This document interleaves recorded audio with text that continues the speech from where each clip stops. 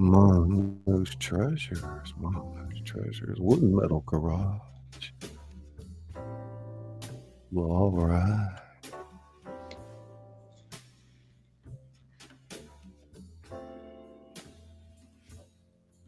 I'd like to welcome you to the House of Thrillers. I'm Scully, the author that reads to you. Before we get right into it, I'd like to say a few words about the evolution of the channel. And the people that had shown me that we truly have something special here. After all, it's Reader's Theater. First and foremost, I'd like to thank Liz Lover, who made me realize that's exactly what it is. Reader's Theater. Mostly I've narrated by myself, but as time has gone by, many people have shown an interest in reading with me. As you can imagine, I follow all the big narrators. None have taken it to this level. Now we just have to get eyeballs on the content. Honestly, there's no telling where it might go. People don't like to read anymore. We like to be read to. And here you get books on tape with a twist. As Johnny Smallpepper said, it's like in a realm where everybody's on Quint with it. But not really, because it's great literature. Great works of art from the public domain. Submissions from people like you. It's because everybody's having a good time, you see. Reader's Theater. Shrimp and ribs. I'd also like to thank Peanut, who inspired me to take this channel to the next level. Over at the Nut House, I learned that you can simply be you, or you can be reminded that satire is an important ingredient to freedom. Thank you, Peanut. And recently, Jen and Jason from True Story Live. Excellent narrators in their own right. Jen is a studious artist, paints wonderful works of art at Starling Swallow Channel. You want some great advice to life's problems? Check out True Story Live, which streams some days at 7 Central. With that said, and without further ado, buckle up. It's quite the ride. And we'll see you on the other side.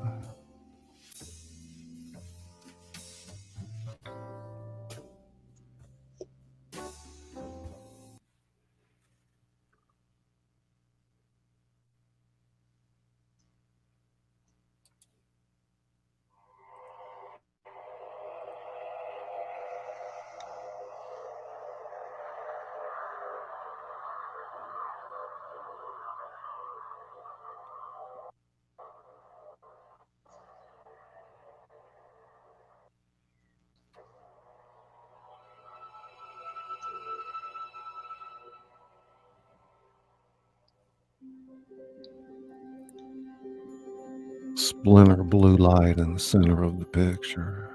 It breaks wide, showing the top and bottom of a silhouetted razor, sharp teeth, suggesting that we are inside of a tremendous gullet,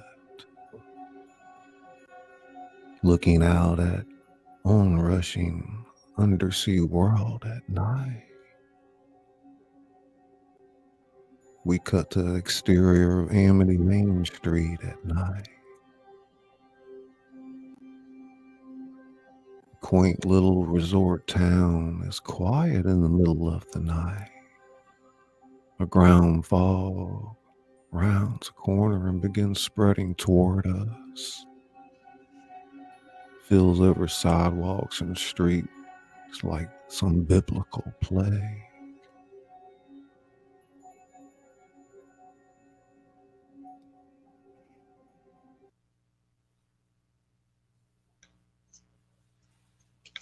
Check, check, check, check.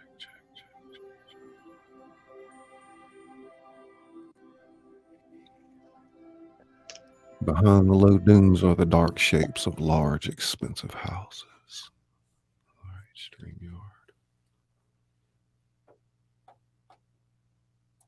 Let's see if we can back that up a little bit.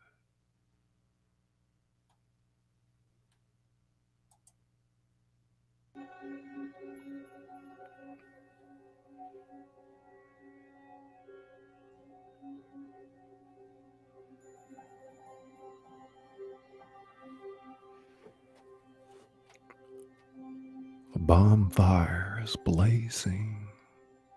Gathered around it are about a dozen young men and women. Two young people break away from the circle. Chrissy almost pulling a drunken, disorderly Tom Cassidy behind her.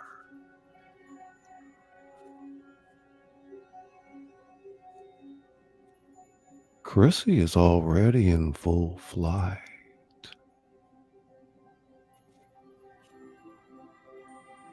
She's heading toward the shore, and then she goes a delicate splash. In a cold ocean that is unusually placid. Chrissy pulls with her arms, drawing herself into deeper water. That's when we see it. A gentle bulge in the water. A ripple that passes her a dozen feet away. A wave of pressure lifts her up and eases her down again. Her face shows the beginning of fear. Maybe it's Tom. She smiles and looks around for him. Then her eyes go to the beach where Tom, too drunk to stand, struggling with his shoe. Chrissy turns and starts for shore. We close on Chrissy. Her expression freezes. The water lump is racing for her. It bolts her up right out of the water to her hips and slams her hard, whipping her in an upward arc of 8 feet before she is jerked down through the open mouth. Another jolt to her floating hair. One hand claws the air, fingers trying to breathe. Then it too is sucked below in a final terrible jerking motion. We hold on the churning froth of a baby whirlpool until we are sure it is over. We fade to the interior of Martin Brody's bedroom at night. Alarm clock radio giving weather bulletin, marine weather, westerly winds, light chop. Martin Brody at 42 turns toward the mirror, squinting in the light, measuring himself up and down. He closes the mirror, which now reflects his wife, Ellen Brody, hurt and poised off to one side. Martin, aren't you tired of Maine lobster, Long Island duckling, and Ipswich clams? Just ones couldn't go for a Big Mac at the bottom of the Grand Canyon this summer? Look at me. I'm not even awake. You had no time off in 2 years, Martin. Living here is time off. Larry Vaughn says we'll pull a record season. Ellen, we're collecting high enough rentals to cover the mortgage payments for all 3 of our beachfront investments. I know where we can invest in an Indian Chief motorhome for the whole of August, drop it off in Aspen, Colorado, and jet back to Boston by Labor Day. Look, Ellie, let's just put that on. Play it by ear. Oh. Ellen turns to open the curtain. Sunlight and ocean sparkle in a glorious view. Another shitty day in paradise. The telephone rings and Brody one-hands it. Morning, Hendricks. What's what? He listens, sours, and takes a breath. First goddamn weekend of the summer. Great start. No, take him back to the beach. Maybe she washed in. The exterior of Amity Beach at day. Deputy Hendricks is searching the shore about 100 yards downwind. Meanwhile, Brody, in his casual police attire, and Tom Cassidy, still in the clothing we saw him in last night, look around the smoking ashes of the bonfire. Brody fingers the missing girl's shoes, purse, and clothes. Christine what? Worthington. No one ever died on me before. You picked her up on the ferry. I didn't know her. Nobody else saw her in the water? Somebody could have, because I was sort of passed out. Sounds to me like maybe she ran out on you. Oh, no, sir. No, sir. I never had a woman do that. I'm sure she drowned. Well, we may know in a minute. Whatever he sees has a marked effect on his entire physique. Kicking out with his foot, Brody sends dozens of angry horseshoe crabs in an escape frenzy, and they boil over the top of the dune and down its slopes. The jolt that assaults Cassidy is not unexpected. He falls backward in a sitting position as though shot. Not just her. Interior of Brody's office at day. Brody walks through the door and enters his office, holding a fizzing glass of Alka-Seltzer. Polly's 61-year-old secretary follows close on his heels with her shorthand pad of messages and reminders.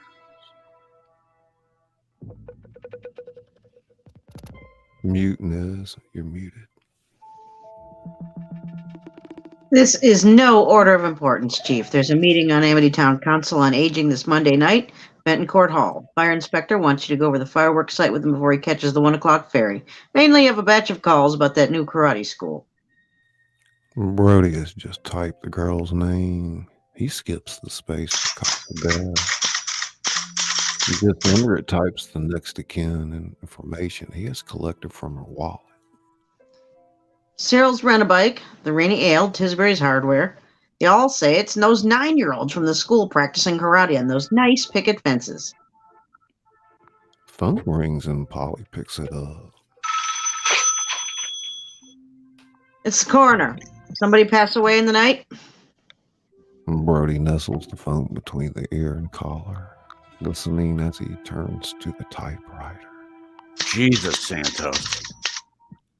Cause of death.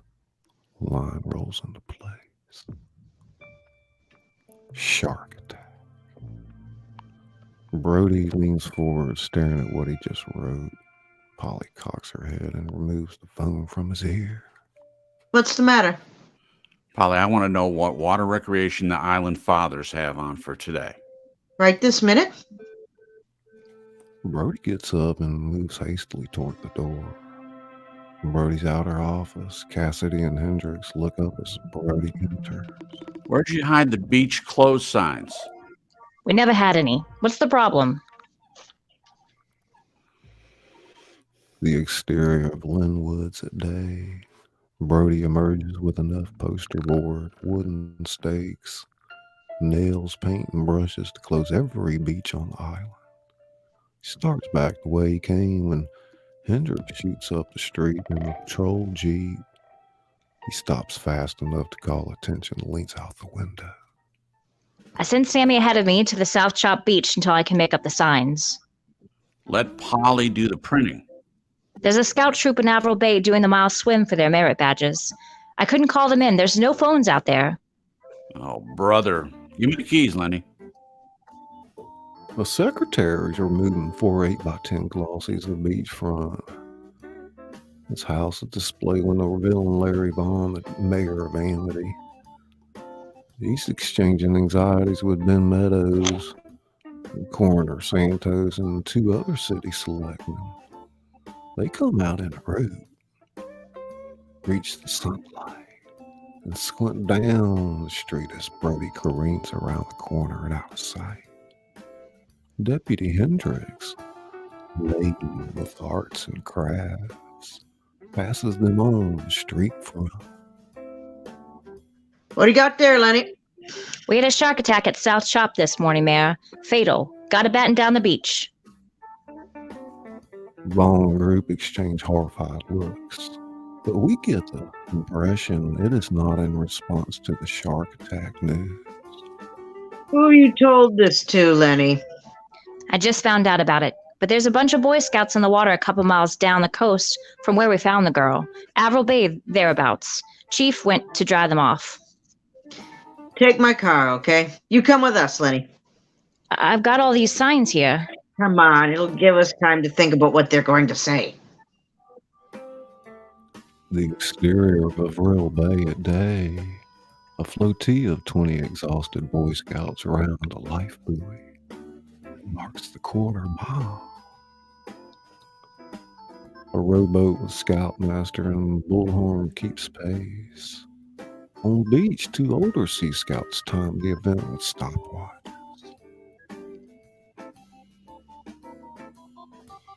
When the mayor's Cadillac pulls up and skids to a halt,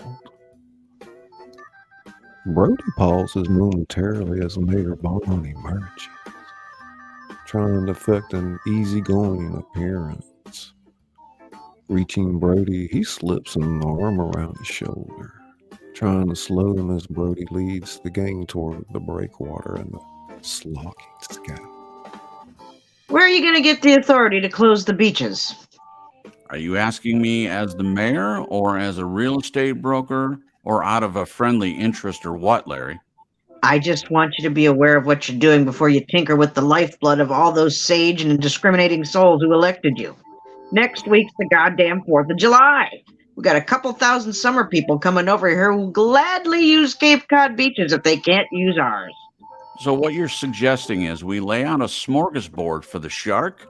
All you can eat for the price of a weekend on Amity Island. We're not even sure it was a shark. What else could do that? Boat propeller? Possibly yes. Swims way out. Night. Fishing boat comes along. What is this? We've never had shark trouble here, Martin. They don't come in close. No reefs or fishing processing plants, slaughterhouse, nothing to keep it interested. You print whatever you want. Martin, sharks are like axe murderers. People react to them with their guts. Brody looks toward the open water. The Boy Scouts have made a turn and are passing the life buoy, marking the 3/4 mile point. Whatever was out there is miles out to sea by now. Sharks don't have swim bladders like most fish. They don't have to keep moving or drown. Don't you know anything about them? I don't go around the water much. It's a 1 in a million chance this'll happen again. Look, safe and sound. The Boy Scouts are emerging exhausted. Some flop down on their bags, happy it's over. Brody considers this. Had you yelled shark, those Cub Scouts would have broken the freestyle record for the 100-meter, then busted our backs with word of mouth. If that's the test case for your 1,000,000-to-1 shot, I'm glad I lost. Rising like Neptune from out of the deep, Quint walks the sidewalk in the pool of his own shadow. He is a sleek and sinewy specimen, inches over 6 feet. And with a face making it hard to determine where the scars leave off and the wrinkles begin, though he is no older than 50.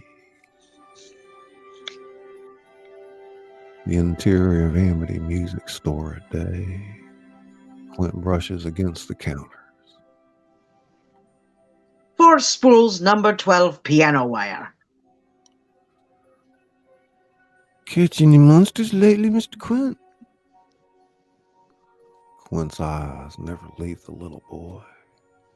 He is drilling him with a sidelong whammy. The boy feels Quint nailing him a ragged assortment of squeaks, splurps, and misnotes override The sounds of the shopkeeper unspooling the piano wire. The interior of Brody's study at home is sunset, a riffly blur, color alternating with black and white. The dizziness stops on a book page showing a black and white rendering of 8 species of shark. The banner at the top of the page reads, "The known and reputed man-eaters." The door opens and Ellen enters quietly in respect for Brody's mood. Can you stand something to eat? I'd love a cup of tea with lemon. Mikey loves his birthday present. Where is he? He's sitting in it. Brody gets up, concerned, and joins her at the window. Honey, he has it tied up to the jetty with a double knot. From Brody's point of view, Michael's sitting in the boat, but 2 of his young school chums are in the water, swimming around it. Brody opens the window and calls down, "Son, out of the water now." My boat's neat, Dad. Tell him I want him out of the ocean. It's 3 feet deep, Martin. You said that shark was halfway back to Florida. Michael, come inside the house. It's his birthday tomorrow. I told him not to go out until you memorize the handbook, safety regulations, and... Ellen's eyes drift down to the open book. One large text is open to a page of illustrations. Among them is the famous painting, The Gulf Stream, which depicts a black fisherman in a small dinghy much like Michael's, being assaulted by the pressing jaws of 3 man-eaters. Startled, Ellen closes the book, opens the window, and sticks her head out. You heard your father. Out now! We fade to the exterior of the beach at day. Brody is balefully alert this morning, sitting straight back in his beach chair, coating the swimming area with careful looks. Brody hears a scream from the water. He cranes his neck past Max's wife in order to see. The young lady's being pulled under the water to her hair. Instantly, she's jerked up again, sitting on her boyfriend's shoulders, laughing hysterically. From Brody's point of view, his son Michael, along with several other boys, rush headlong into the gentle surf with their inflatable rubber rafts.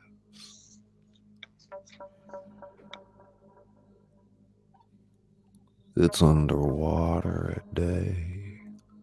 Fish-eye view of people lying on rafts. From below, we see the outlines of swimmers, arms and legs dangling tantalizingly. The blue water. Traveling this way from raft to raft. Pair of feet kicking and arms paddling produce bizarre underwater vibrations, louder than human ears would normally perceive. Lady floating on her back wearing pink sunglasses. Black object surfaces next to her. It emerges as a bather in a black bathing cap. Angle on Brody's son, separating from his friends, eating a huge piece of cake.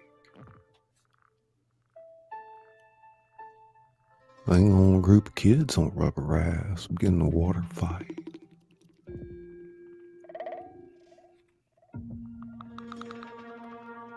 Pug-faced, oversized 12-year-old named PJ renews the fighting with a genuine karate yell. PJ hits the water, sprays all over another youngster, and we close on Matthew, his face dripping with red rivulets. Close on PJ, looking down at his hand. The water surrounding all the boys is slick with blood. close on Brody. He stands all the way up this time. Parents begin calling a frantic inventory for lost children up and down the beach. Brody's on the move, barreling to the shoreline. He kicks up a sand passing Alex's mother, who looks up from her novel, annoyed. Michael! Everybody out of the water! Michael!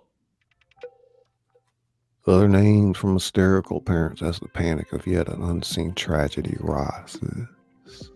Angle on Michael. Peers from the chute of a breaking wave. He's all right, but the wave that curls around him carries the shredded pieces of the day-glow yellow raft. The foam that breaks wide on the sandy beach is tinged with pink. We fade to the interior of the county courthouse, and today in a crowd of men and women in an angry tangle outside of Brody's office.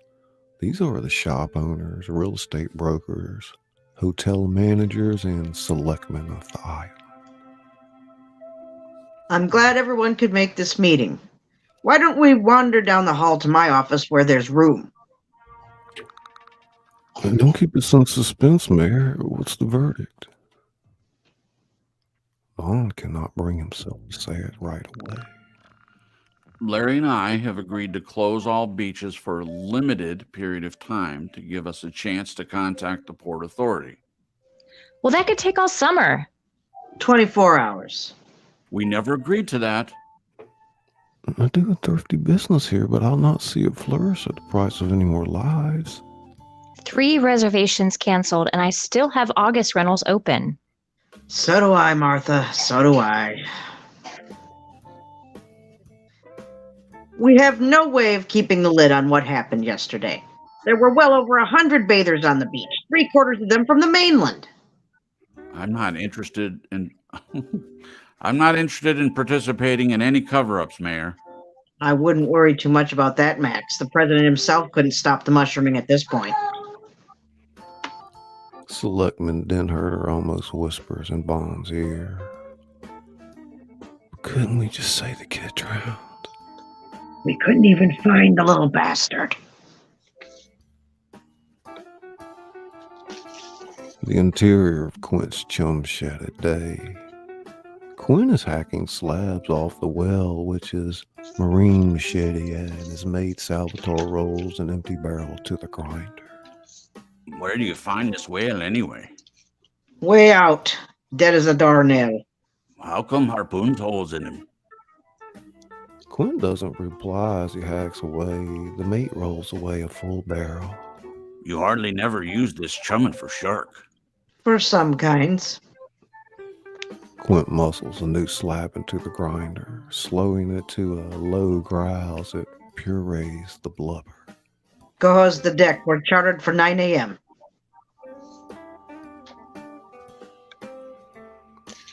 It's the exterior of Amity Harbor at dawn. Ben Gardner, ruddy-faced and ornery, is a fisherman as seaworthy as they come. With his mate, Swede, he starts to board the flick of Bertram 28 sports fisherman. As he makes preparations for casting off, his attention focused on surrounding dockside activity and chaos. A dozen cars and trucks double parked on the dock with out-of-state plates from New Jersey, Rhode Island, Connecticut. Other vehicles are pulling up and parking. Men unloading their weapons, boarding small boats.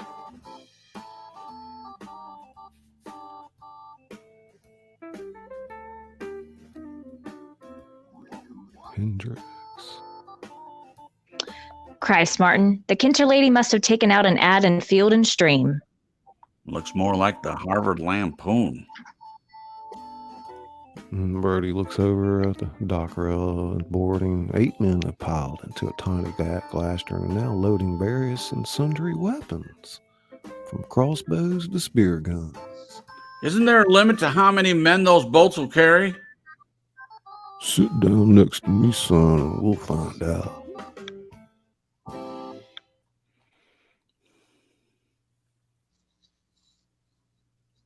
Brody pauses to look hard at Hooper. Careless amateur trips up and falls and into the harbor beyond him. I don't have time to help you with your homework. Brody goes over to lend a hand and Hooper persists. I'm trying to prove that the shark that killed Christine Watkins last Friday was the same rogue that savaged these. Hooper pushes a mimeograph sheet in front of Brody. About 20 names and addresses and all. One shark did all this? The trail of a rogue shark leads all over the world. This is the only theory. It has never been authenticated. There's a wonderful chance that the shark that killed the Watkins girl and the man-eater I tagged off the Great Barrier Reef are one and the same. Off and on, I've tracked it to New Zealand, Santiago Bay, Cape Town, South Africa, Gulf of Guinea, then West Palm Beach, Florida last December, and finally predicted it would follow the warming Gulf Stream into the northern seasonal zones and release an attack pattern along the Jersey coast. I was just off by 300 miles. It hit you instead. You'll pardon me if I don't help you get your PhD while my town here degenerates into some high-class ghost resort. All I'm asking is for a little future cooperation. I could predict future outbursts of activity in the area. Use me. Let me use you. I scored 93 on my orals, for crying out loud. We've had 2 other attacks since the Watkins thing, both fatal. Could you kill it for us? No, sir, I couldn't. Then how do we begin to cooperate? By letting me see Christine Watkins. Exterior of the ocean at day, the armada is spread out, moving in a ragged circle. 15 boats in all. One man heaves cherry bombs into the water. The out-of-towner in a small boat has been over in a life and death struggle, his rod in a tight arc. His buddy leaps across to lend a hand. 20 yards away in another boat, the same struggle ensues. This time it's the overloaded boat with the poor scallop fisherman. Shouts of, "I'm on, dig in, strike." Then a tangle of tackle springs from the water. They have hooked each other. Proud mariner standing in the stern with his 30-06 is knocked off balance and pitches forward into the drink. His gun exploding outward, and one man is screaming success. Other 2 slapping the angler on the back. As they near the scene of the struggle, 11 other boats begin converging until everyone wants to get into the act. They are attacking the threshing beast with all they've got. Finally, the shark stops threshing. It's 10-foot blue, and what a mess. Splattered with bullet punctures, gashes bleeding from several orifices. High angle from shore. On a hummock overlooking the cluster of boats stands Quint. He's laughing out loud.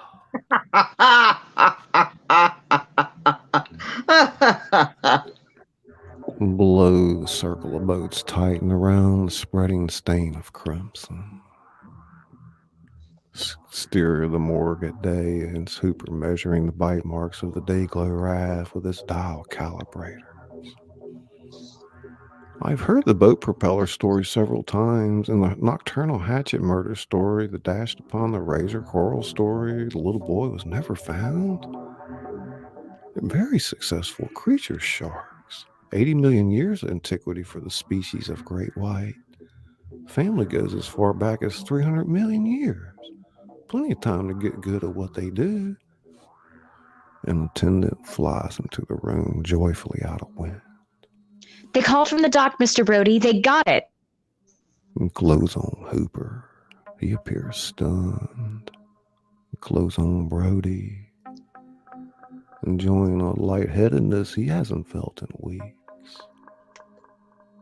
Procession of 20 men dragging a shark by a tail rope from the harbor to the beach. Dog follows, barking at the remains of the blue.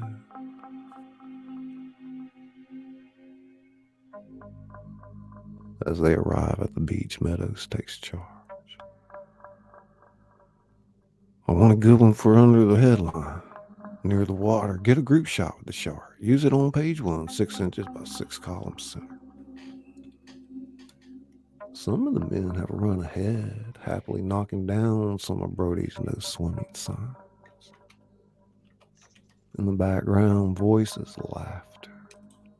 Some people joke about the big-time fisherman Ben Gardner, not even back yet. Others open beer, throw frosty cans around, making it look like a Miller's commercial. Smile, boys. On 3, drop the sign. On 3, Bill. 1, 2, 3. Mock groans as the posse moves aside. Pratt and the gaffer remain. One of the other raises the sign again for take 2. I hooked him, you know. And a little tighter, please.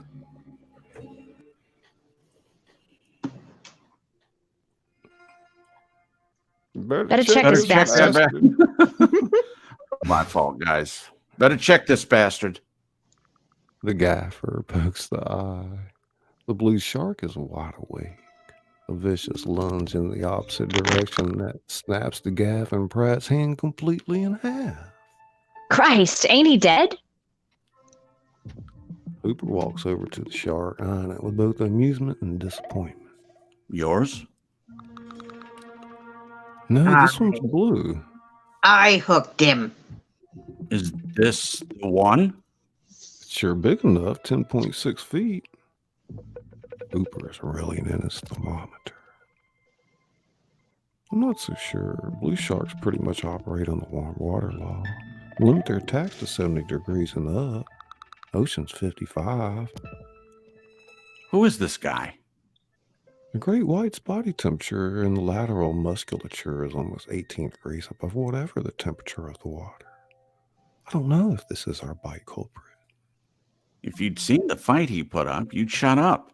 Hell, he ate a 9-year-old boy yesterday morning, the bastard, and god damn it, this is my shock. Only one way to know for sure. Since it's not my shark, I'm not slitting open the belly to see what portions of the boy's still inside, am I? Back to Hooper as he poises the knife himself toward the underbelly and...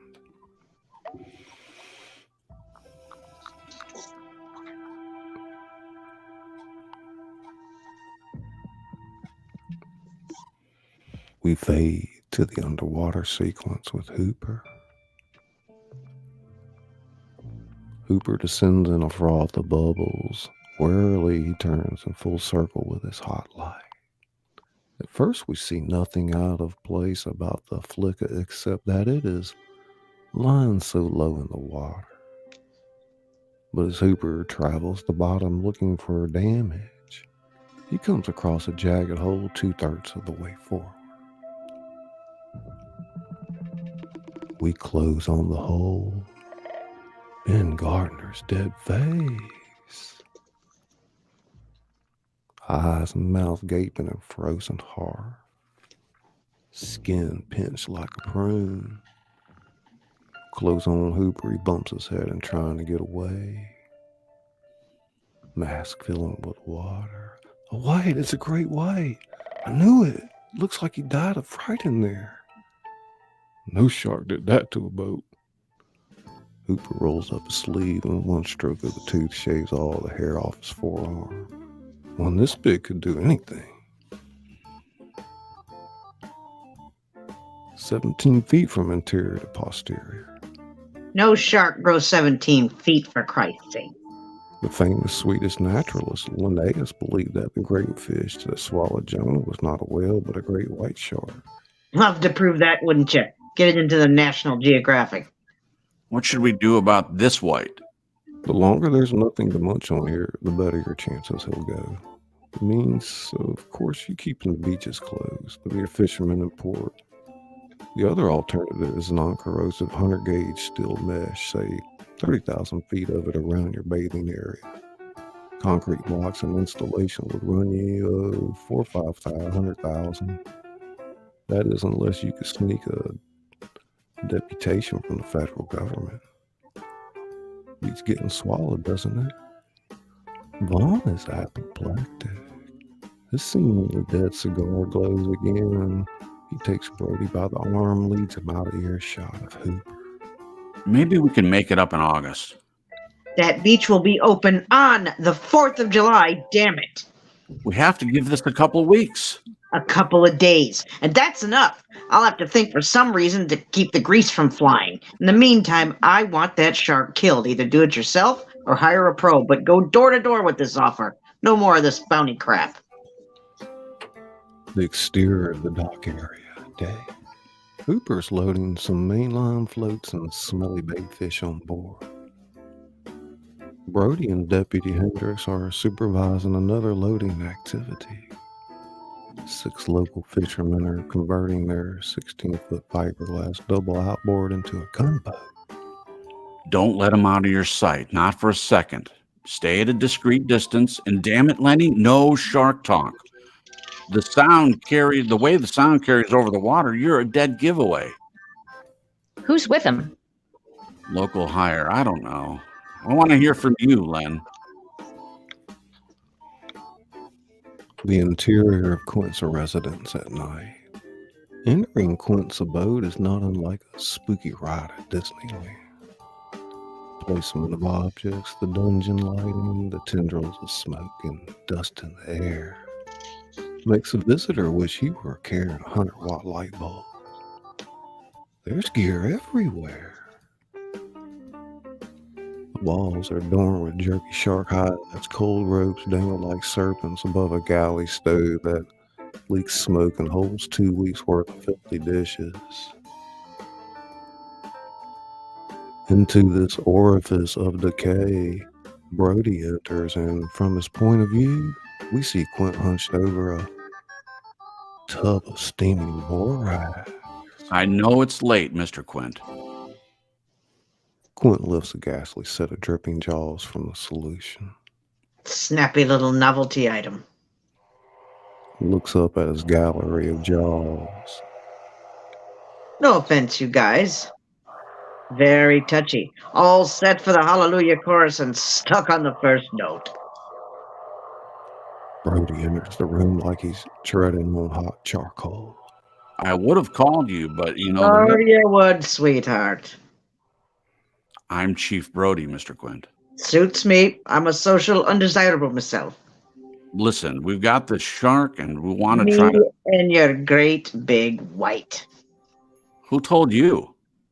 What's the count up to down there anyway? We can't have much of a town left. Got Ben Gardner this time. Oh, Ben! Sharks will eat anything. Look, I need to talk to you, Quint. We need to... Chief, show a little respect, Jesus. Whites are the head of the mob out there. This sounds like Lucky Luciano.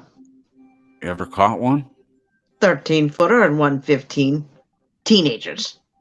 Now you're asking $10,000? But look, we've got to be able to work. Chief, forget it. I get 2 bills a day from charters. I sell the hides, I sell the teeth, I sell the fins to the chinks for soup. You ought to try a little shark sometime. Hammerhead's terrific here. How's $400 a day, Quint? Serve yourself, Chief. Shark liver oil now. That's the best lubricant in the world. How much do you want? Quint turns suddenly bitter. He walks over to a cage with a parrot in it. Clown's trying to bargain. I came on my own, Quint. Yo-ho-ho and a bottle of rum. See, if we could make a deal tonight, that'd be Here's awesome. what the price is tonight, Chief. 25 grand I go for it, plus 25 more if I land it. All repairs on the boat and on me, a new rod from Heidi's in London, a life subscription to Playboy, a stereo 4-track, and a color TV. Quint, you know they'll never go for Let that. me finish! If it gets me, different deal. 75, no extras. 75 for who? For nobody! To make this place a museum or something. Quint's Monster Palace. How's that? Maybe have me stuffed in the middle over here. Exterior of South Beach, the 4th of July. A 4-foot surfer swell curls and crashes on shore, riderless. The broad, sandy beach is a mosaic of summer color as 1,000 vacationers practice fun in the sun, but not in the water. Hot dog stands and ice cream vendors are everywhere. Hang-on lifeguard stations, a half-dozen lookout lofts. At sea, tactically flanking a 300-yard apron of black, rappelling on 4 small watch boats. The 5th tiny pleasure boat darts around the repellent line. Top it off, Coast Guard blimp floats 300 feet above.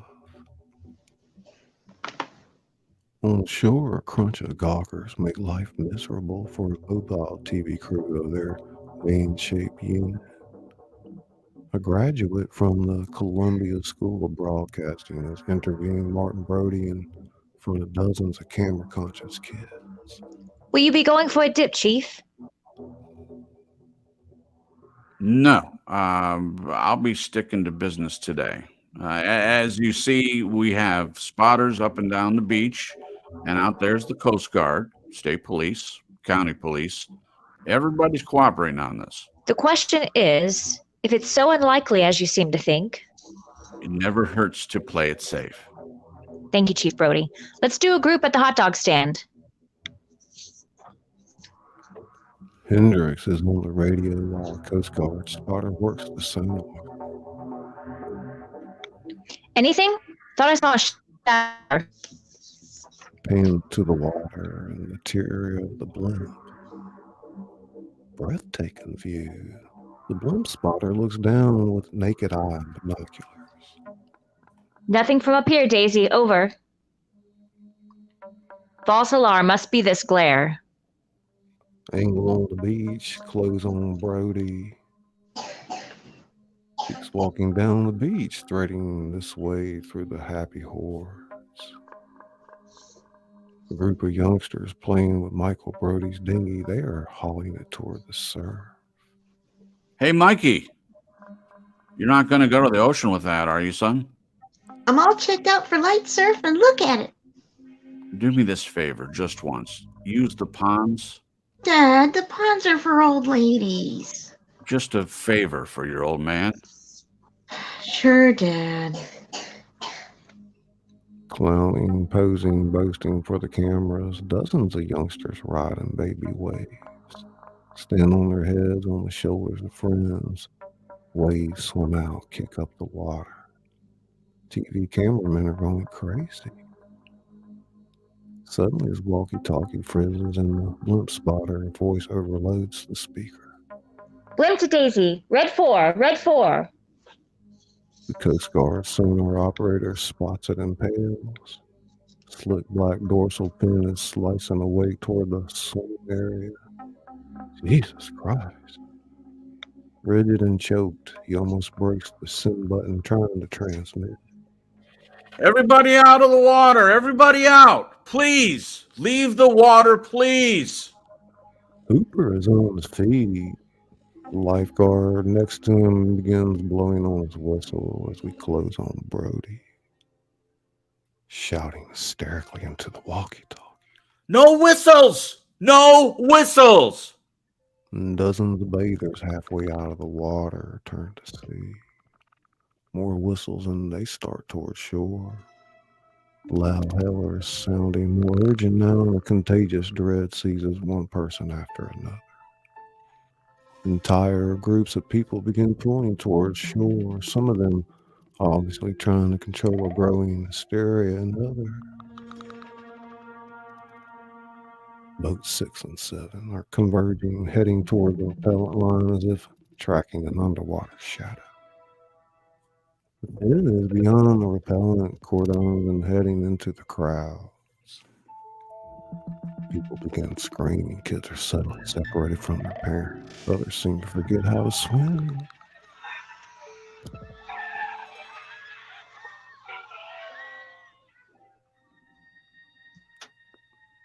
This is a confirmation of our worst dread. Full-blown, headlong water attack.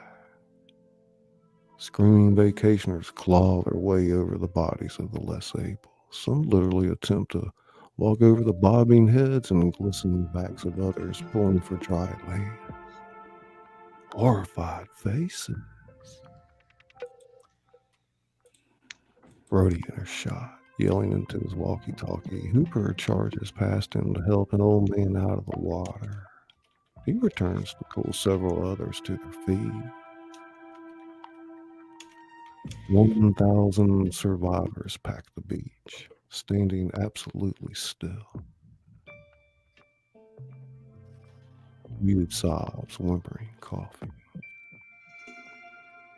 The monstrous blackfin turns a slow circle as 2 Coast Guardsmen manage to cut their own repellent line. All boats converge on the dynamic fin. Men raise their guns to fire. Slip sideways, revealing for the first time a tiny blue snorkel. It appears the faces of 2 youngsters whom we will recall from the Coven Behind the Dune. 20 rifles and shotguns pointed directly at him. Some of the policemen start to lower their guns, dumbstruck. Angle on the estuary. Leading into a half-mile rough today, 2 children digging in the sand and unaware of the beach panic 100 yards upwind. Little girl points a black dorsal fin. It's cruising through the narrows toward the busy pond.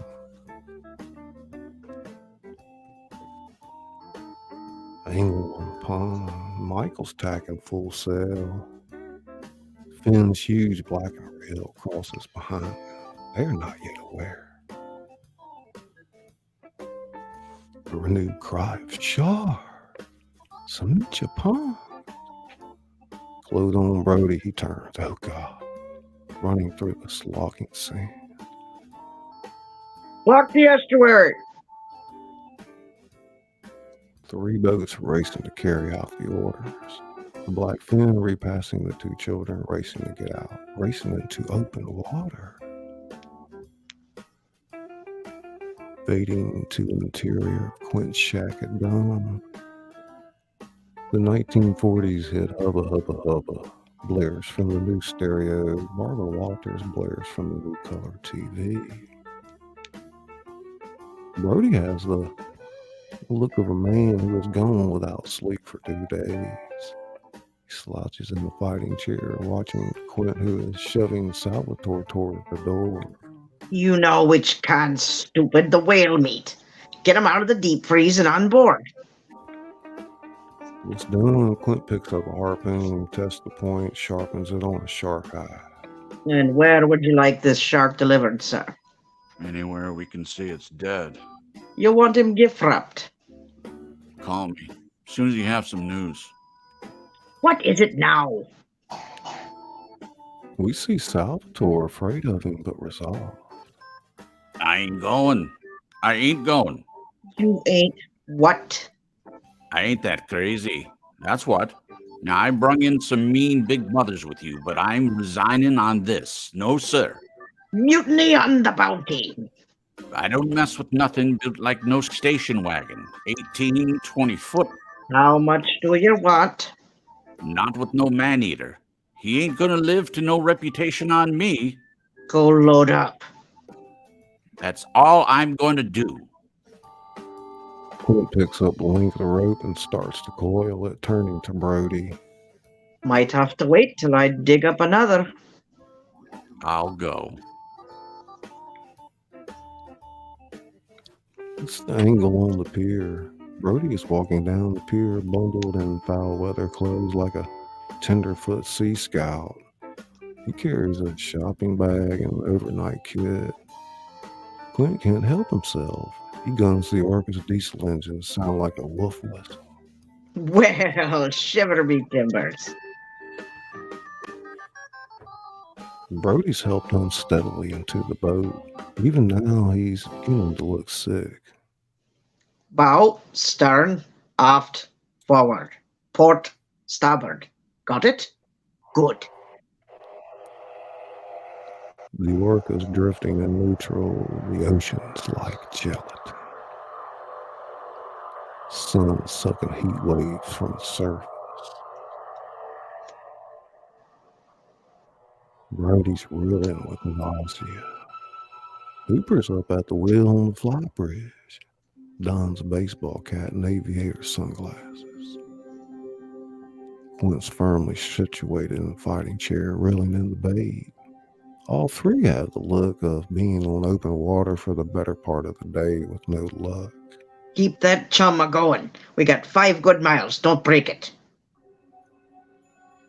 Quint almost trips over Hooper's tanks as he walks to the chum barrels. He roughly kicks them aside.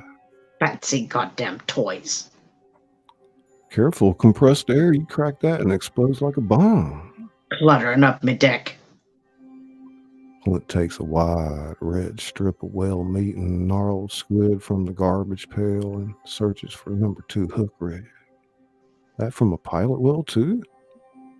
Can't you tell? Here. He holds up the strip of whale as Quint has sculpted it into the outline of a whale. Cute, huh? The expert don't approve. Now, you swim down and give us a nice big kiss to Mr. White. You still think it's all the way out here? I think like they do, Chief. They have brains the size of a radish. Now, if he weren't around, we'd been hooked something else by now, wouldn't we? But he scared them all away. Yeah, didn't ya? Yeah, I know you, you poor lonesome son of a bitch. Come to Papa, you. Line whizzes off the reel. Brody jumps up. Quint puts his hand on the drag and addresses the situation softly. Atta baby. He'll gulp it down now. Ooh. Quint tightens drag and strikes. The line goes whizzing out and Brody runs to Quint's side. You got it? Get behind me, dummy. Reverse her and turn. He's taking too much line. Wet my reel, quick. Brody pours water on the screaming reel and nearly unspooled now. Hooper is turning the boat around and the line changes direction. Starboard, for Christ's sake. Hooper stares at sharply. Half speed there. Again, the line changes direction down this time. Neutral. Where the hell is he going? Quint reeling like mad. Oh, this ain't fooling me. Sure, try it. The line rushes out. Now there's less tension as Quint is horsing up and down, reeling in. Making believe it's easy now. The line's almost vertical now. Quint shows a hint of bafflement. He reels in suspiciously. Getting ready to run again, no? No? What's he playing here? Put the gloves on. Let's see who's gonna tease who now. Down here, do like I told you. Can't bring him up so quick. How do you know? How do I know? The leader shows above the waterline, and Brody is wide-eyed, waiting for that first look. He's nearly up. Unbuckle me, fast. Grab the leader. He ain't normal, this one. They never... Snap on it, jerk. Hooper snaps the rope onto the leader and holds on. Watch your hands. Grab onto this.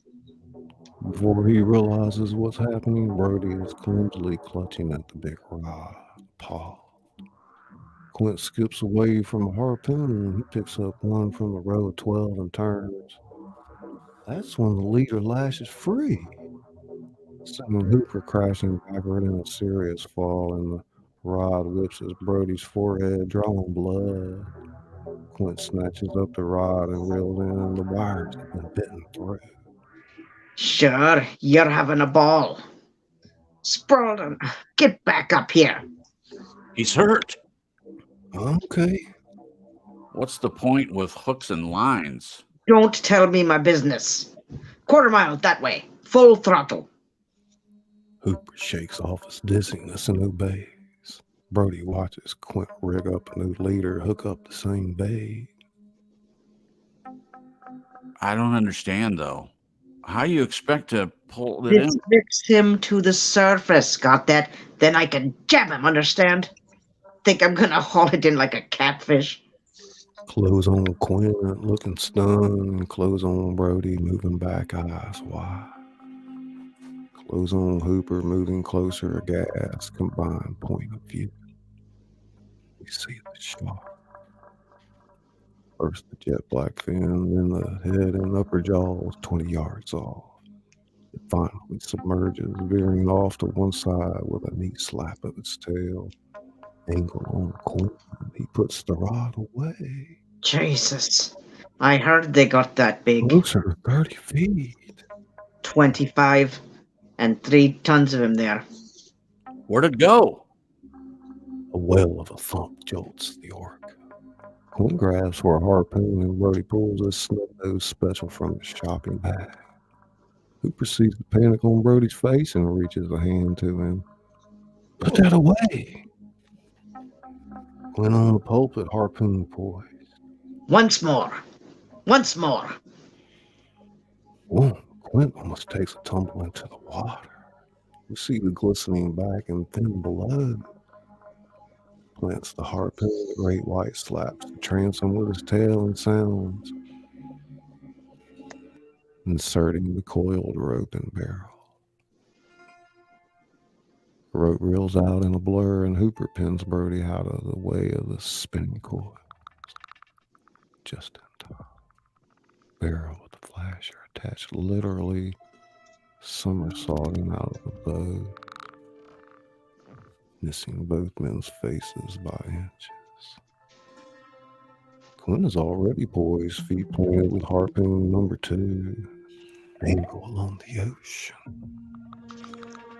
Barrel skipping like flat rock over the surface of the water, and unexpectedly vanishes under the water. He can't stay down swimming with that on. Wait till I stick him with 2. That'll worry him. Come on upstairs. What's he waiting for? He can't keep down this long. Brody and Hooper enter the shop behind him. The sun is low slung over the horizon. Why don't we go in? I have a crack tomorrow. We're staying out here till I got him. Angle on Quint. Something catches his eye and sobers him. He's up again. Angle at the sea. The stroboscopic signal light surfaces at the horizon. Very handy light, I'll say that. Let's move in on him. Not till I can see him good. Even the one'll keep pulling him up, but he'll need 3, maybe 4. Most I ever used was 2. Bastard ran me halfway to Liverpool. You kill him? Always do, once I stick a barrel on him. No more objections? Hooper doesn't reply. Quint needles this. Jaws 2 foot wide. Real prestige item. Hooper shrugs. Quint hands him the bottle. Hooper cocks his head, noticing a scar patch on Quint's right forearm. How did you get that one? Quint, staring out at sea, doesn't seem to hear Hooper. Signal light disappears. Down again. Scar on your arm. Had a tattoo there. Changed your mind about somebody? It said USS Indianapolis. Guess you experts know about that. Your Honor? June 45. Japanese submarine slammed 2 torpedoes into our side, Chief. It was coming back from the Isle of Tallinn and Lati. Just delivered the bomb. The Hiroshima bomb. 1,100 men went into the water. Vessel went down in 12 minutes. I didn't see the first shark for about half an hour. Tiger. 13-footer. You know how you know that when you're in the water, Chief? You tell by looking from the dorsal to the tail. What we didn't know was our bomb mission had been so secret. No distress signal had been sent. They didn't even list us as overdue for a week. Very first light, Chief, the sharks come a-cruising. So we formed ourselves into tight groups. You know, it's kind of like old squares in battle, like you see on a calendar, like the Battle of Waterloo. And the idea was the shark that comes to the nearest man, and that man he'd start a pounding and a hollering and a screaming. And sometimes the shark would go away. Sometimes he wouldn't go away. Sometimes that shark, he looks right into you, right into your eyes. You know, the thing about a shark, he's got lifeless eyes, black eyes, like a doll's eyes. When he comes at you, doesn't seem to be living until he bites you and those black eyes roll over white. And then you hear the terrible high-pitched screaming, and the ocean turns red, and in spite of all the pounding and the hollering, they all come in and rip you to pieces. You know, by the end of that first dawn, lost 100 men. I don't know how many sharks, maybe 1,000. I don't know how many men, they average 6 an hour. On Thursday morning, Chief, I bumped into a friend of mine, Herbie Robinson from Cleveland, baseball player, boatswain's mate. I thought he was asleep. Reached over to wake him up. Bobbed up and down in the water just like a top. Upended. Well, he'd been bitten in half below the waist. Noon the 5th day, Mr. Hooper. A Lockheed Ventura saw us. He swung in low and he saw us. He's a young pilot, a lot younger than you, Mr. Hooper. Anyway, he saw us and come in low, and 3 hours later, a big fat PBY comes down and starts to pick us up. You know, that was the time I was the most frightened, waiting for my turn. Well, I'll never put on another life jacket again. Anyway, we delivered the bomb.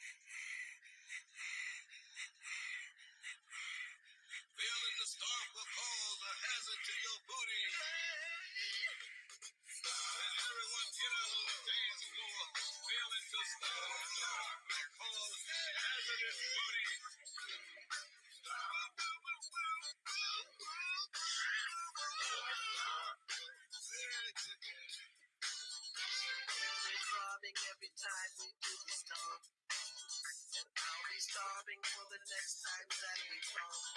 I'm so wet as I recall us on the dance floor. We're gonna sweat and wipe it off and stop some more.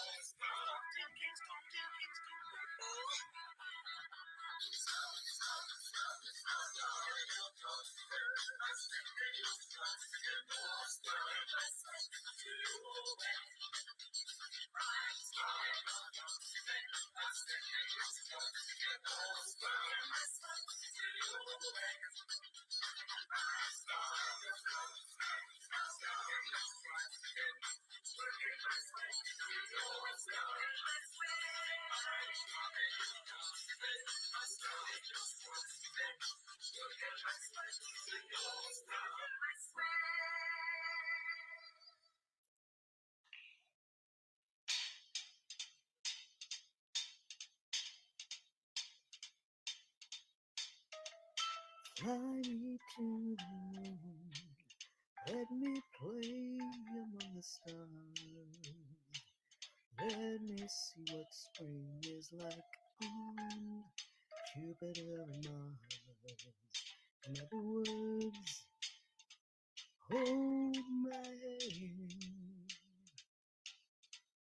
In other words, baby, kiss me. Fill my life with song, Let me sing forevermore. You are all I long for, all I worship and adore. In other words, please be true. In other words, I love you.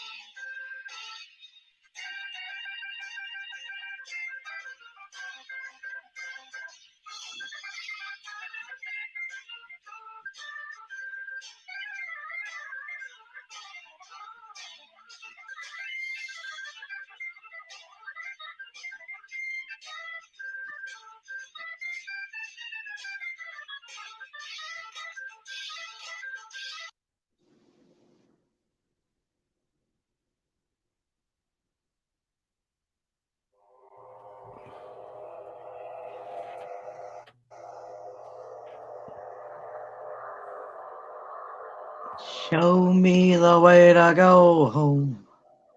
I'm tired and I wanna go to bed.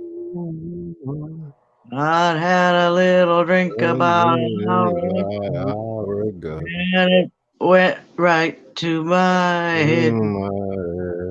Wherever I may roam, on land or sea or foam, you can always see me singing a song. Show me the way to your home.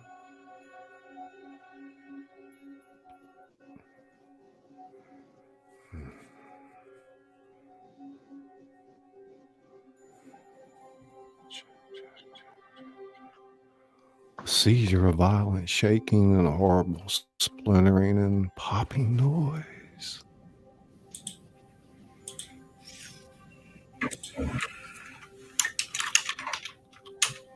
Jen on mute, Jen on mute. Quint half falls asleep, half springs out of the chairs. Hooper's on his feet. Loses his footing. The orcas again bump from underneath. Brody holds on, his gun in hand, as Quint pulls out his M1. Start the engine. Hooper's on the flybridge in 6 bounds. Quint fires seaward over the transom. The engine starts. Something sounds wrong. Cut it! Cut it! I don't know where he is. Rip something loose, shaft or something. He hefts up a deck board, pokes his small flashlight into the cavity.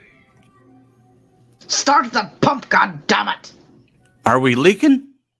We'll stay afloat. Watch for the barrel. Can I bail or something? Quint takes Brody by the arm, sits him down, pointing to starboard. Keep your eyes open, that's all. Out there. And you, keep looking that way, killer. Quint takes up the opposite position and loads his M1. Brody checks his gun as Hooper looks up with binoculars. And nobody sleeps. Nobody. The three men standing sentinel. Stars, quiet seas, phosphorescence, lighting up the water. It moving? No, still there. Hooper is busy attaching the cage to the gin pole. Please, Matt, don't get him sore. He's loony enough. Put all that stuff away before he finds out. Insert green felt case. Hooper opens it, removing a deadly-looking syringe head. He had a turn, now I'll have a turn. Maybe you should have a turn, too. Check. 1 second. Light blue. 1 second, guys. Pull my mic down. Brody tries to reason when the angle on Quint emerging dirty, red-eyed, and haggard, pausing to take it all in. What is this? Strychnine nitrate, 20 cc's. Wear all the Batman costumes you want, sport, but you don't interfere with me. All you need to do is lower me in. I need a transom that don't leak every time that shaft goes around. Bent! Seam splitting open. There! Quint finesses the orca slow ahead, toward the barrel. The engine sounds like a hamster treadmill. Hooper climbs up siding. You'll know we go for the cages. Not today, Doc. No injections. I can finish him in 60 seconds. Whole goddamn housing's loose. He can hear it too. Can't you stop this move, you dead crap? We do this the way I know how. Quint cuts the engine once alongside the barrel. Playing possum? Pull up easy. Only want to goose him. Second you feel he's running, drop it. If you want any hands left.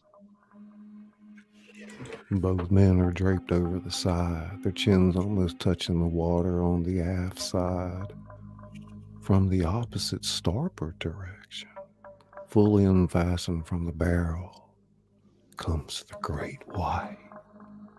First the fin, then the conical nose and the upper border of white grinning teeth. It knifes through the water in absolute silence, propelling itself with tremendous speed toward the unsuspecting men. We close on Brody, his instincts shine as he does his newly acquired sense of direction. Shark! Starboard! It's under you!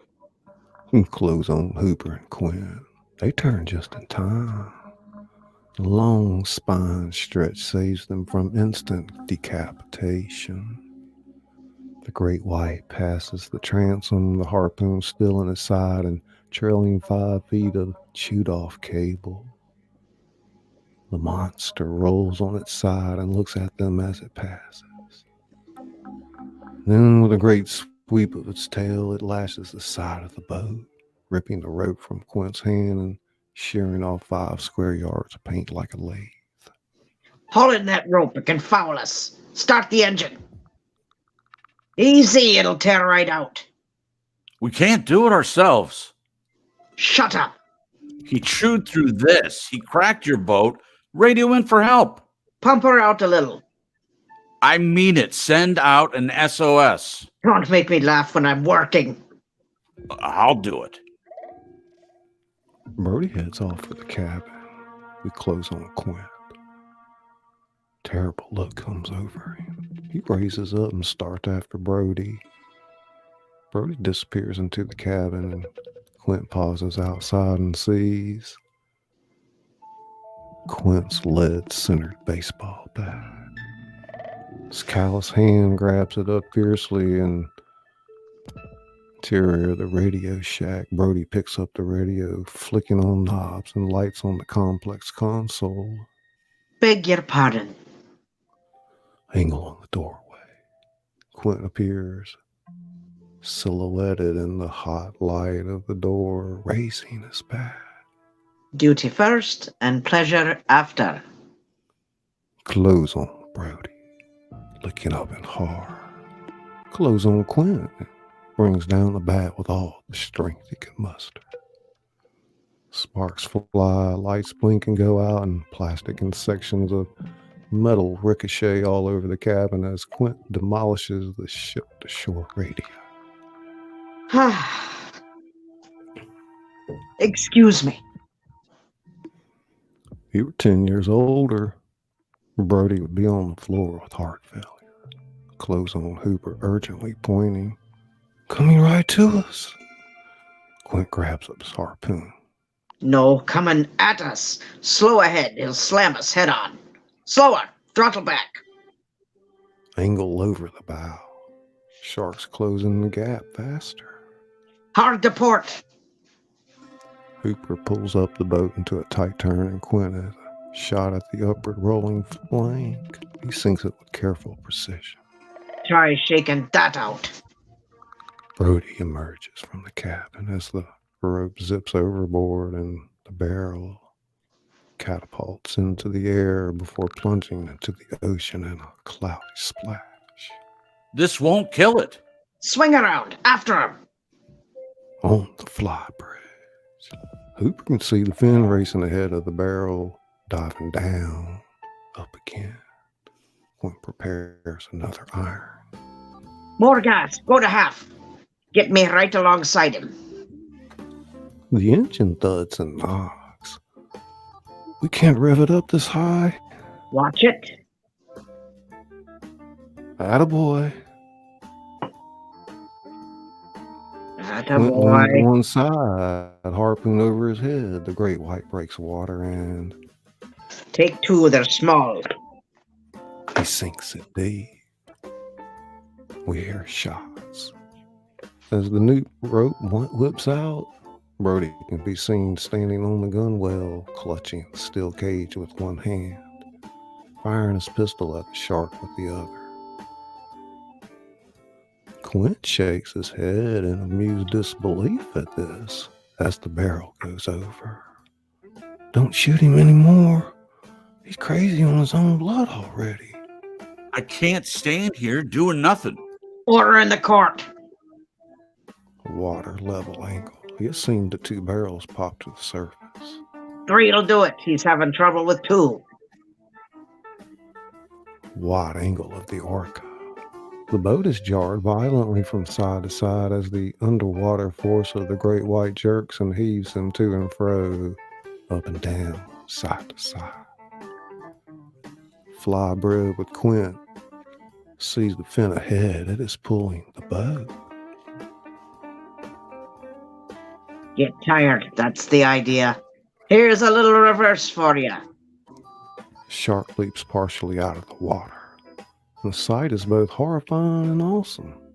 Its jaws break water, snapping at the ropes that have him snarled and frustrated. Quint throws the orca into neutral and shouts down. Pull in. Watch the prop. At that, Quint slides down to the prow, glad. He grabs up an iron. It's too light. Grabs another, finding satisfaction in its heft and balance. Shark can be seen directly ahead, threshing closer. Now, untie him. Quick. Now. He sinks the iron, and the shark veers downward in a gushing shower of spray. Hooper and Brody, they're trying to untie from the cleats. Both ropes are stretched too taut. They jump out of the way as the rope stretch down the side and behind the boat, knocking over objects as it skeeters across the deck. A tight, jerking motion, and the orca is dragged through the water, backwards, much too fast. Water splashing up over the transom in its backward wake. I said untie them. Wrenched to one side, Quint is knocked from his feet. Close on the two cleats.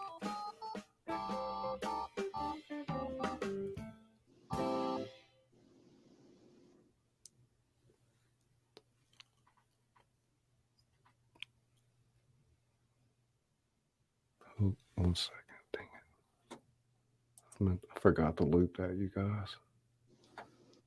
Let's see if we can go back.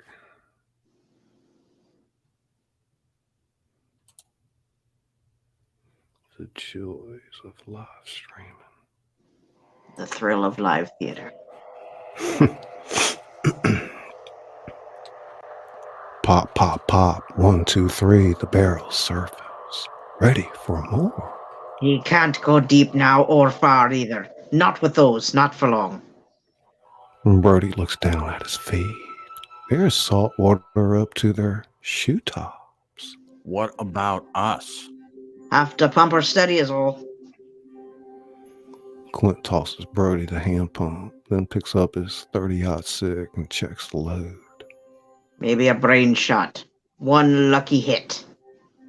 He's heading under. No way, he can't. Angle on the ocean. The barrels approaching the arc dip below the surface. 1, 2, 3. Where'd he go? He can't stay down with 3 barrels on him. What are we dealing with here? Where is he? Have you ever had one do this? No. Hooper Flybridge. With him, we watch the barrels pop up ahead of the bow, then veer briskly to the left and plunk down again. Follow him. I can't see him. Close on Brody. Panic-ridden, barely in control. There! Barrels at surface, and we see the lengthy shadow passing underneath the arca. It is incredibly huge. There's always more of it. There's a scraping noise. Quint looks down as the 2 of the barrels drag along the side of the boat. He's trying to sink us. Dead astern. Zigzag. There is something different about Quint. He's quieter now, more icily calm. The colorful cockiness has left him. Brody senses that Quint knows he's in for a fight for his life. He's chasing us. I don't believe it. Full throttle. To port. Hooper gooses the throttle, but the engine only screeches and pounds erratically. The 3 barrels pass beyond the boat, negotiating a tight circle and plowing mercilessly toward the orca. The tip of the fin aims for the stern. Quint is ready with the rifle. Shark breaks water and rises like a rocket, snout, jaw, and pectoral fins shooting straight up. We see the smoke-white belly, the pelvic fin, as it clears the surface and falls sideways, drenching Quint, who fires 6 times. Throttle back. When they next peer out, the dorsal fin can be seen gliding away, beginning a long circle around the orca. Right about now, the orca's engine breathes its final fumes and fails. Close on Brody and Quint. Utter dismay. Hooper turns the key. The motor wheezes. The engine is dead. Angle on Quint. His eyes flick from Hooper to the transom. It is cracked. Then out of the barrels, they don't seem to be moving. Maybe we killed it? We didn't kill it. In rebuttal, the barrels begin to move again, closer, in tighter concentric circles. On deck, Hooper is slipping into his weight belt, strapping on his compressed air tanks. Nobody wants to stop him this time. Even Quint helps him with own things. Your pumps are out too. Drop me down to 20 feet, so okay. Try and keep them off me till I'm down. The water is clear and shafts of sunlight streak downward into the blue from the deep gloom. Diving slowly, smoothly comes the shark. Moves with no apparent effort, sinuous beyond comparison. As it nears the cage, it turns, and its ghastly length passes right in front of him. First the snout, then the jaw, slack and smiling, then the black eye. Hooper tentatively reaches out. It is too far from the strychnine pole. The vinyl flesh is pocked with bullet holes, iron scars, gaffing hooks, and strange open wounds that tinge the passing currents with pink. The shark has vanished. We see that the shark attacking from behind. Cage is sent careening. The shark is grabbed. It still struts in its brutal jaws, shaking the cage relentlessly from side to side, bending the bars like clothes hangers. Hooper drops the strychnine pole and it tumbles slowly toward the depth. From frantic bubbles, Hooper fumbles with the overhead hatch cover, kicking up and out of the cage. Hooper rushes downwards after the strychnine pole. Angle on the shark. Arrows down after Hooper. On the surface, one of the barrel ropes snakes around the cage rope and pulls taut. The orca is listing dangerously aft. The gin pole bent almost to the breaking point. Brody is in a frenzy trying to haul up the cage. Quint attaches the end of Brody's rope to a hand winch. The gin pole is splitting. Let go of it! The pole gives way, the rope whipping down on the gunwale. Pulling of the tonnage below is tipping the orca.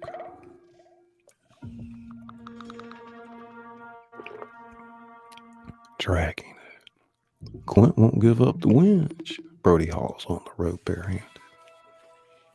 Underwater, Hooper, maneuvering downward away from the jaws. Suddenly the crazed shark veers upward for the surface. The winch is working faster now. Quint demonically winding it in. The crushed cage bangs against the hull, then breaks water. Brody is horrified. The cage is empty. The shark breaks water right beside the orca, rising with a great whooshing noise. Rises vertically, towering overhead, blocking out the sun. The pectoral fins seem to reach forward. The shark, in all of its monstrous glory, falls onto the stern of the boat with a shattering crash, narrowly missing Quint and Brody. The orca is tipping backwards, sinking stern fast. Deck chairs, irons, spent cartridges, thermos, beer cans all pour into the vacuum of the open, gagging jaws. Brody is sliding toward it with the rest of the debris as the bow raises 30 degrees. He intercepts one of Hooper's compressed air tanks and just as he and everything else pours toward the whirlpool into the jaws. Quint braces himself and shoves the tank into the bottomless pit.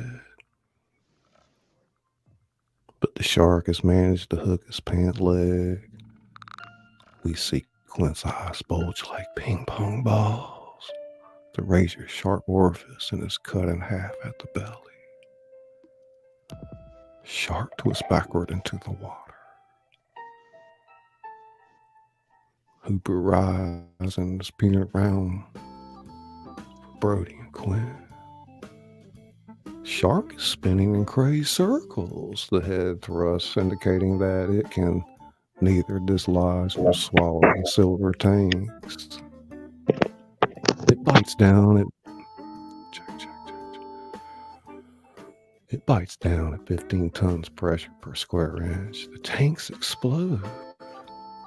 Surface explosion. A 30-foot geyser of bright red water touches the black sky, spreading everywhere, missing nothing.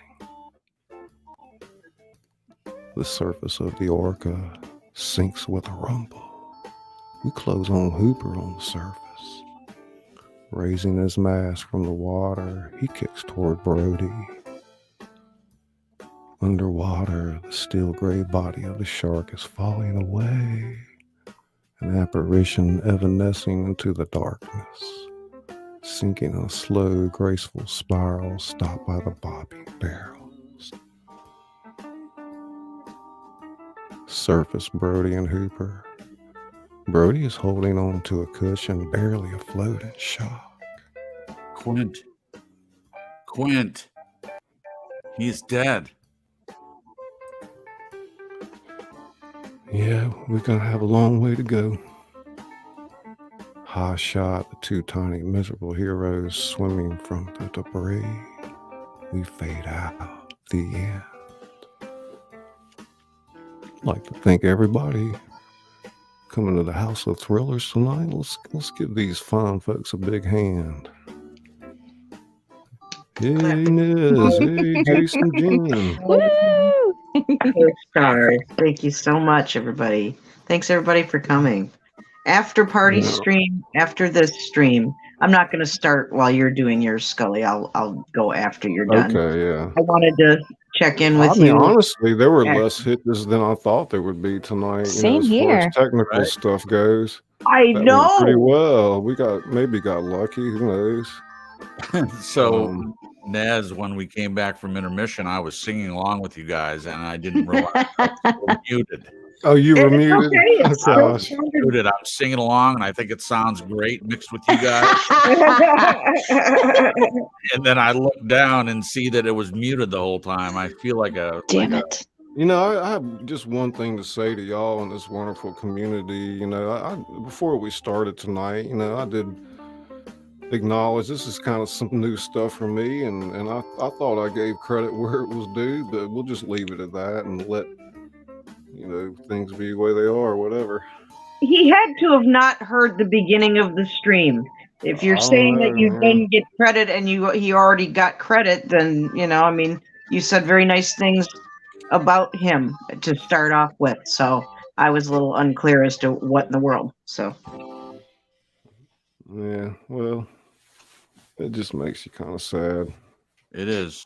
It is, because I was wanting him to be a part of this, and he would have Same. done a great job. And Did a great if you job. would stop and think that we are all his friends and we all love him, Yes. that, you know, nobody would ever purposely want to hurt him if he calms down and thinks about it. So, I mean, I probably wouldn't have done this if it wasn't for Peanut, you know? right, exactly. Mad respect, man. You know, like you said before we started tonight, you know, like, I mean, you can go back and listen if you want. No, I heard you. You said that he encouraged you to take your channel to the next level. That's exactly what you said. Exactly. I mean, what else do I you mean, need? I'm trying to go back and listen myself, make sure I said it right. I don't know. Sounded good to me. I don't think Anyway, he heard it. He yes. was obviously upset about something before the broadcast started. Yeah. Right. Right. Well, just give him some Well, space. we're going to have a little get together over at your place, Nez. Yes, but first things first, we've got some good people here in the chat. And Okay, yeah. I've got pretty much everybody's names here. Give me a minute and I will reach my hand in the fishbowl and pick out a name of someone here in the chat. And if I pull your name, you have but to select one of the 3 drawings that I did from Jaws of Hooper, of Brody, or of Quint. Pick one of those for yours. All right, so just give me a moment. Let me reach into the fishbowl here. All the paper and stuff. Okay. I'll get my glasses on so I can see what I'm doing. Are we ready? We're ready. Stony Baker, MD. Stony. No, Stoney won it? Stony won it. Oh, my God. Is he out there right now? He's in the chat right now, Stony. At least last I knew. Stoney, winner. All right, Stony. Yeah. Congratulations. You get to, if you want pick it. out the Hooper, Brody, or the Quint charcoal painting. They're beautiful. Exactly. Which one do you want, Ooh, Stony? Quint, highly pick Quint. No, recommend that's mine. somebody picking up the other ones too. The other 2 are available to purchase. If you want to purchase them, contact me, email me, and we'll talk about it. I got all the channel links underneath in the description of you guys. Oh, sweet. Thanks, Scully. Oh, I didn't know that. Stony, you won the drawing, man. Which drawing do you want? We did a drawing for drawings. Somebody tell Stony what the hell's going on. Put down the bong for a minute, Stoney is Stony. the grand prize winner tonight. Yes, he is. MD. My broska. Shoot, I'd get the Quint on if it was me. Same, right? You got So the good. doll's eyes. What did he say there? The doll's eyes. Like a doll's eyes. I have wanted to do that role for as long as I can remember. You did a great job, Nez. You did do Thank it. you. Dirty rotten imbecile. Oh, I think you were better than the original. Oh no, Robert Shaw. Now he's legend. Tammy's passion. I don't know. They can give him a run for his money. He gave me a hard enough time just drawing his portrait. Yeah. Stony Baker, MD. What drawing do you There's want? Billy. You won the damn drawing. Now, damn it, we're all sitting here watching you, waiting for you to say something. Maximiliano. Thank you, Okie. Love you and love to Rush. I love you, Billy. Love to Dirty Rotten. Love to all of you guys. Thank you to the moderators. We can't help it when a mod goes rogue. What can you do? But thank you, everybody, for handling things the way you did. Thank you. Benny Loco. Scott Benny. Yeah, thank all you guys. A lot of people have been coming through tonight. Stony. I didn't really get a chance to look at the chat. So. Stony, for crying out loud, which drawing do you want? Painting. It's not a painting, it's a drawing. So funny. We're gonna all start That's drawing. I can't thank you guys enough. All-star cast. It was wonderful. That was fun. We'll have to do that again. Yeah, So fun. Good job, everyone. Thank you so much. Scully. Stony, are you going to say something in this chat or what? Now, come on. Stony, which one do you want? He's having a blast. He said, I love art. Well, love it Love enough some to tell me art. which one you want, and then I can get out of here and do the after party at my... We're all waiting on you, Stony. We're all waiting on Stony Baker. Hey, Kemet. Zombie Queen. Well, a lot of y'all I missed out there. Shows. Okay, the drawings were in the intermission. If you want to come to my stream and have a look at the drawings again and decide there, then that's up to you. Okie Grower 75. By the way, Okie Grower was trying to keep things cordial in the chat, so I just wanted them to know we appreciate that. And you had Lots of people sticking up for you, Scully. There's obviously a They lot of need a super He said mod Hooper. color. He said Hooper. Yes, Benny. Yes, Stoney is a real We generous. got nice guy. moderators, and then we need some super moderators. It can be like in red. or Okay, something. Stoney. Here's my email address. Oh my god, Mama Bear. Please make sure, Stoney Baker, that you email me with your information. Scotty Scott. There you go. Thank you so much. I'm going to take a much needed trip to La Toilette, and then we will continue our after party in Nez Studios. Thank you, Scully. Thank you, Scully. This was so much Thank fun. you. Thank you, Cripps fun and tonight? Jen.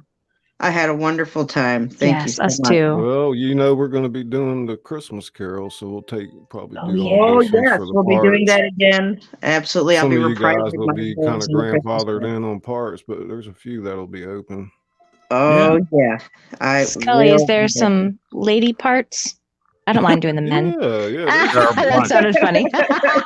Not those lady lady parts, people. Calm down. I'll play the said lady lady parts. Oh, my. a bunch of Now I'm blushing. That's crazy. You got to play the main part. Stony Baker, I put my email in the chat. Stony Baker, send me an email, and you'll get your drawing. He picked Hooper. He picked out Hooper. All right, Hooper will come to you. All right, I love you guys. I'm going to get out of here. I love you, Billy. Okay, thanks everybody for coming, and thanks, guys. I just had a wonderful time. Thank you so much. Hope to see you at the after party. Give me about 5-10 minutes and look for Nez Studios to go live. Yeah, we'll be getting out of here in a minute. So. All right. I love you guys. Thank you so much. Good night, Love Nez. you guys. Bye. Night, Nez. Bye. Hey, Scully, before I head out, I just wanted to thank you for the opportunity and letting me read that part. I had a blast. And Same. Thank you guys too. It was my pleasure. I had a blast doing it too. We prepared well, and I think it went off almost without a hitch, notwithstanding a few things. And yeah. Well, I mean, all things that could go wrong in live streams. It's right. If it's going to happen, it's when it's going to happen. So yeah. But it's a lot of fun, live theater and the kind of interactive audience. Yeah. Well, did you like some of the sounds that we ended up putting through? I did. I loved it. Cool. I mean, I never thought I'd be doing this. I mean, again, if it wasn't for certain people, I wouldn't be doing. I was just narrating by myself. Yeah. And in the beginning of my channel, I even did some videos about publishing books, and I was going to try to help people publish books, but I didn't realize that I had a narrator's voice at the time, and I guess it's just kind of how I always read books in my head and a little dramatic. Well, your voice is very unique. It's unlike anybody else I've ever heard, which is awesome. I mean, thank you. I read books too, but it's definitely a different style. No one's doing anything near what you're doing, and that's good. That's a good thing. Yeah, you got your own niche. It's the Scully niche. Yeah, like I said, just kind of have to get the eyeballs on it and see, you know, what people want to do. Yeah, no telling where the channel is going to go, but anyway, I definitely appreciate everybody coming out and spending your time with us. And if you have a submission of something that you wrote or something you'd like us to read, that preferably coming out of the public domain. If it's a book that's too long, we have to read the screenplay or figure something out there. It'd take you forever. Yeah. So, looking forward to the Christmas Carol. Yeah, that's going to be my third production of it. So I'm really excited about it. I did the first time I did it all by myself, all the parts, the narration, and nice. And then Nez read with me last year. We split it up, and that was a lot of fun. That's cool. And we'll probably Theater's use the fun. music from the great piano music. It's really good stuff. So, all right, well, let's get on out of here, and we'll head on over to Nez. I'm Scully, the author that reads to you. This is the House of Thrillers. You're highly welcome. We'll see you on the other side. Night, guys. Night, Scully.